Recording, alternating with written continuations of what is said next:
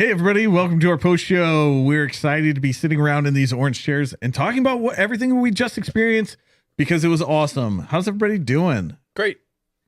Also great. And two greats and a good. Great. Start over again. Well, thanks for sticking around with us. I am Steve, one of the pastors here on staff, and I'm here with Elizabeth and Justin and Layla, and we are going to talk about all these things that we just experienced. We had such a good morning. It's been good. Like, I think the weather helps when the weather is not crappy and rainy. When the sun is out, people are in a little bit of a good mood, and it's spring break. I don't know. Is that a good thing? Is your kid on spring break? Yeah. My kids are out of school. You have kids on spring break. So great. That's it. I'm sure the kids are loving it. Let us know if you guys are on spring break watching us from somewhere around the world. Layla still has the chat open. Comment, talk to us. We're still here. Keep commenting in the chat for us. Yeah. So it's spring break. It's good. We had a great Sunday. We got a lot of good things that we're going to be talking about as we wrap up our Unstoppable series. But Easter's coming up. We got Easter next week. I don't know about you. I'm not quite ready for it yet. We have a lot of work that we're doing here at the church to prep everybody and get ready for it. But are you guys ready for Easter? What's your Easter traditions? I snuck up this year for sure. I feel like, is it earlier this year than usual? It is. Yeah, It's earlier than it was than last year. Last year it was real late. It was like the 20th. the Was 20th of April. Oh, wow. Yeah, that's throwing me off for sure. Traditions. Fortunately, I ate a lot of those Reese's eggs. That's the first thing I think of. It's bad. I'll eat those till I want to barf. The Reese's eggs. Yeah, those are my favorite. Those are the best. Do you think they taste different than the Reese's trees? Like, is there like yes, there's more peanut butter. I think. You're in right. the egg than the I tree? think so. It's probably not, but that's what my brain thinks. We should test that. I don't know. Put them next to each other. Maybe somebody out there knows Scale. the quantity of peanut butter to chocolate ratio between the Christmas tree and the Easter egg. Mhm. Let us know. This Yeah. is what we're talking about. Yeah, now. this is very we serious. have to solve this information. first. Yeah. Let's solve this first. Justin, you have little kids. I do. What's something you guys are doing for Easter to celebrate with them? Well, we did see this thing on, I don't know if it's on TikTok or Facebook or whatever, but someone had they blew up like a inflatable pool and made like a giant Easter basket out of it, had like really big eggs and stuff in it. I kind of want to do that this year. But being so close to Bentley's birthday was this last week, so we're kind of fried on all the decorations and stuff we had to do for that. So we'll see what happens. But man, I just love the Sunday morning stuff of Easter Sunday. Just having a basket there for him, look through and all the silly things we got for that. But that was always one of my favorite parts of Easter. Yeah, and your kids are at that ripe age. I mean, Bentley's 5 now. 1 hand, yeah. 5 hand. 5 hand. hand. 5 hand. 5 hand. Yeah. Sweet. Yeah, that's a great. Let us know what your Easter traditions are. Put it in the chat as we jump in to our talk about this last week in the Unstoppable series. Let's kind of just recap. I know Dave did a little bit of a recap at the beginning of the sermon series. And the biggest thing that this series is about alignment with God turns ordinary people into an unstoppable force. As we've gone through this for the past month or so, has there been something that has really challenged you? Has there been, as we look at this idea of becoming an unstoppable force for aligning ourselves with God, has something jumped out at you? My brain just keeps thinking of The Incredibles. Where I'm like, I don't know which one I am of you guys all Incredibles, right? Oh, yeah. The baby and he burned. Jack. Yeah, Jack. Yeah, maybe I'd be Jack. But yeah, I just keep thinking of this I don't know, the word unstoppable in my brain because I'm like a child. Thinks of The Incredibles and I just feel untouchable, powerful, so that's my answer. Top that. No. Yeah, what's jumped out? What's challenged you guys over this course of this series? Correct me, I'm gonna sound silly if I say this wrong, but it was the prayer section. Was that in the Unstoppable Yep. series? Okay, yeah, that was last week. That was last week. Yep. Okay, yeah, I think that is one that I've continued to kind of be challenged with. It was really good. Just kind of, I've always kind of lately in the last, I don't know, 10 years or so, prayer has been more of a conversation with God, which I really appreciate. Kind of helps you shift from the like, asking for favors idea of prayer and turning the actual real relationship. But I feel like how he was talking about like asking God to like intercede and give you the power to like help other people, I think is kind of more person was helping with my prayer life. Just this idea of conversationally, it's been great, but like I'm not taking the steps forward I need to kind of like use his power, if that makes sense. So I think that in the last couple of weeks when I've been really challenged to pray more like that, I've been like, show me who needs my help. Show me who you want me to be around. And especially today, kind of like saying, be intentional, go after people and target a list, which sounds very funny to take out of context. I think that's been kind of like, okay, I get it. It's been really helpful. Yeah. And I love when Dave sometimes uses these like buzzwords or keywords or like triggering words almost that we've shied away from, or we intentionally sometimes try not to use. So when he's like, no, you need to target people, you're like, oh wait, that feels uncomfortable when I hear that. Yeah. But when you understand the heart and the intention behind what is being said, it's pretty awesome. Mm-hmm. Yeah. You feel uncomfortable and I'm like, okay, challenge accepted. Yeah, we're gonna get into that in just a minute because I want to hear about that. What about you, Elizabeth? Something in the course of this series that maybe has challenged you or made you think something different? I feel like what's challenged me most is more just like the overall series as a whole, like the word unstoppable. I think for a couple different reasons. One, I feel like I'm still in such like I'm learning so much still, even having like grown up going to church. I feel like I'm always like, I don't know the answer to that, but like I want to learn the answer. So it's like I feel almost like unqualified to be unstoppable, when that's not the point at all. Like God takes the people that are not qualified and he is the one who makes them qualified.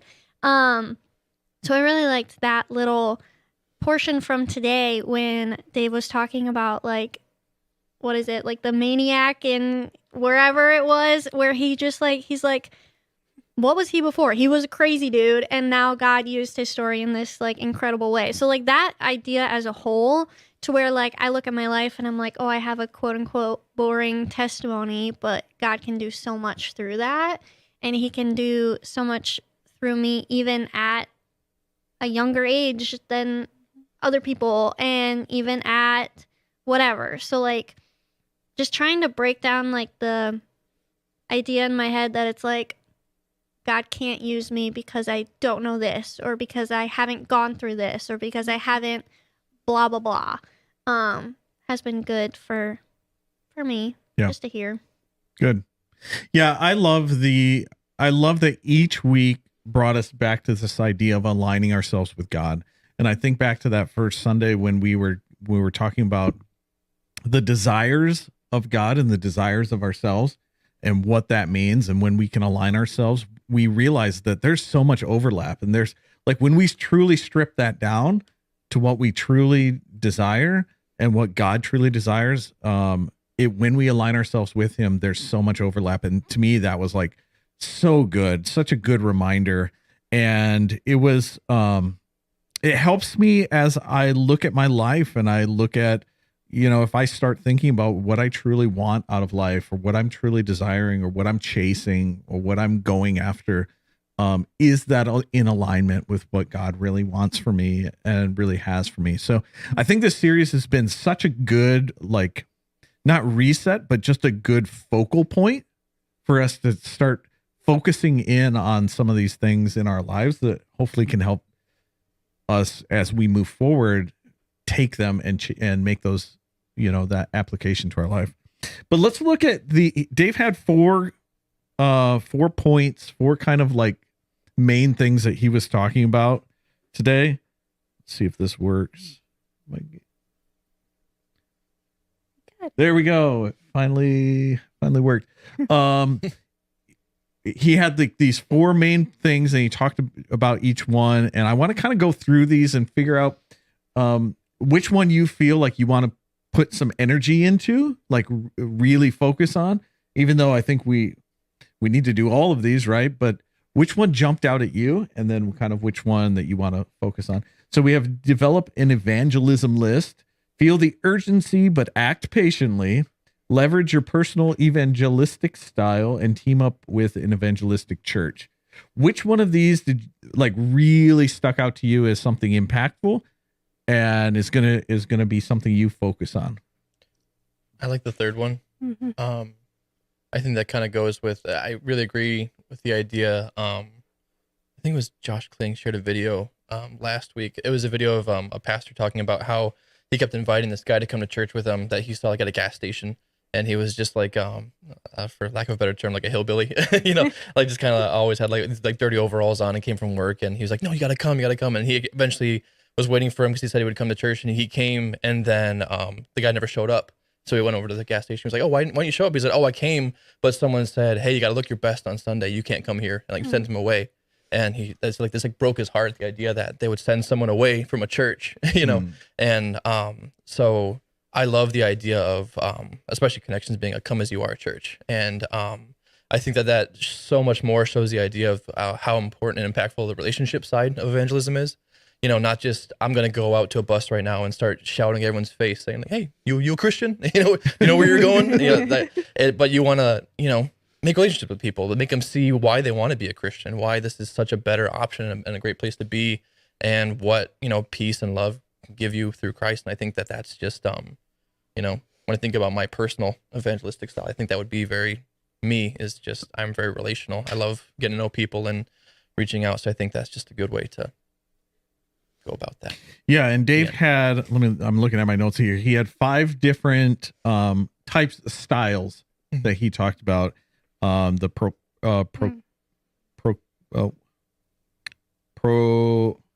proclamation. Nice. Man, my brain was not firing on all cylinders. Intellectual, invitational, relational, and testimonial. And so you would say your style is very much in that relational style. Mm-hmm. Yeah. So you share the gospel conversationally. Mm-hmm. What about you guys? What do you think your personal style is? If we're going to stick on this one. Yeah, and I do like number 3 as well. It's where I would gravitate to. But I think I'm a little bit of a blend between relational and testimonial. I think I would want to like vibe with somebody, make sure they feel comfy, because I want to feel comfy, because you guys know how I am. I will abort the conversation if I'm not comfy. But then, that's my lead off every time, my testimony. And I just think that opens up conversations to, again, be able to relate with somebody, right, with my personal story. And then hopefully that will make the other person or people feel a little bit more comfortable to share their testimony, perhaps, right? And maybe not even realize that it is a testimony. So yeah, I absolutely will always share what God has done for me, because it's like my grounding foundation. Yeah. Yeah. What about you? What do you think your style is, Elizabeth? I feel like I am also relational. Easy pick. No. And I actually have a cool story about it. To which I help choreograph musicals, and I'm in the middle of a middle school show right now. And this girl who's in my show knows where I work, because kids ask me, they're curious. They're like, what do you do before you come here? Do you just sit around at home and just wait until you come to rehearsal? And I'm like, no, I actually have a job. And so I was telling her a little bit about like my job, what I do, and I just kind of let it be, because it's in a school. It's like that weird, like they have to like bring it up. And so I just kind of let that be. And a couple weeks later, she was like, hey, like, do you have a youth group? And so she's been like asking these questions. And for the past like 2 months, she's come to church every single Sunday. She's brought her dad, she's brought her sister, she's brought her grandma. She comes to youth group and she loves it. She's like on fire. She's all in. And it has been so cool to like just see it kind of unfold to where all I did was tell her where I work and then answer a couple questions and give her a time, give her an address.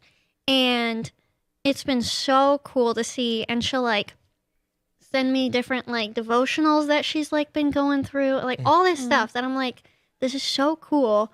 And so then my thing that sticks out from this list is actually number 1, because this one just kind of fell in my lap to where she just asked me where I work and everything just spiraled to where like, if I actually put the time into thinking about the people in my life that I'm like, these are the people that I don't know, like what they believe, what they don't believe, where they land on all of that. And if I actually put the time to make a list, to pray for them, to work through these steps and like just be there and try to share Jesus just by being their friend, like what else could snowball? Right. What else could spiral? So Yeah, that's I been love really that. cool. I think that is one of the biggest challenges that we have, and this is where I'm glad this is step number 1, and this is where I would encourage everybody who's watching and each one of us is, let's start with number 1. Develop a list of people in your life, and the list doesn't have to be like I'm gonna write 50 names on here. It can be 1 name, it can be 2 names, it can be somebody that you're intentional about trying to reach for Jesus. So that's my challenge to you. Do you guys, if you had to right now, do you think you could come up with a list, at least a name or a couple of names that you could put on your list? Yeah. Yep. And let's all say them Yeah. right now. No, First name, no. last name. Yeah. Yeah. I think for me, I love the second point on this is the urgency, but act patiently. And this is, I think, where a lot of people drop the ball, or we have historically seen Christians get crazy, because the urgency of the gospel is real. The fact that we're not guaranteed tomorrow, the fact that Jesus has already come and he's already given us the gift of salvation, but we have to receive that. And if you miss out, like this life is our one and only chance to accept that. And when you start making a list, and these are people that you care about and that you are close to, that you have a heart for, that urgency starts getting bigger and that pressure starts growing. And that's where I love the second part of this, but act patiently. Doesn't mean you've got 50 years to make your move. But it means you need to act appropriately in those relational moments that you have with them. But that gravity of the gospel, that urgency that it has, like, to me, like, that's where I want to live. I want to live in that sense of urgency, but I want to make sure that my actions are appropriate to the relationship. Mm-hmm. I think the last one, hopefully everybody can recognize we are an evangelistic style church where we do want to see people come to know Jesus. And so we're going to invite everybody, whether you're watching online or everybody who's here with us in person, we want to invite you to our Easter services this coming week. We have 4 services, so we're going to change our service times. Our service times are at 8 o'clock, 9:10, 10:20, and 11:30. So we're going to have 4 services coming up this Easter. We are going to live stream the 9:10 service. So if you're one of our online viewers that are watching, that's when it's going to start. It's actually going to start at 8:55 with our pre-show. Then we'll jump in at 9:10, and then we'll wrap it up again here in these orange chairs. Guys, thanks for joining us on this Sunday morning. We're excited that you are on this journey with us. We want you to know that here at Connections, we love you, but more importantly, Jesus loves you. And we'll see you guys on Easter. Bye.